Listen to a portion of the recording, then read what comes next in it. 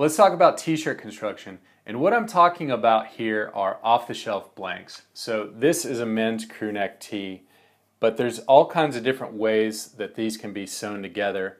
For instance, this one has a side seam, which is kind of the mark of a more premium tee. And the reason is with a side seam, you're able to control the fit a little better. But let's go into the basics and I'll show you what those are. First we have the basic crew neck. And this is a V-neck. And this kind of t-shirt is called a ringer because it has a contrast collar and contrast cuffs on the sleeves. This is called a scoop neck tee. It's also called a boat neck tee or just a wide neck tee. This is a 3/4 sleeve raglan. And a raglan shirt is a baseball shirt. And what makes it different is how the sleeves are attached to the shirt. So they come up at an angle.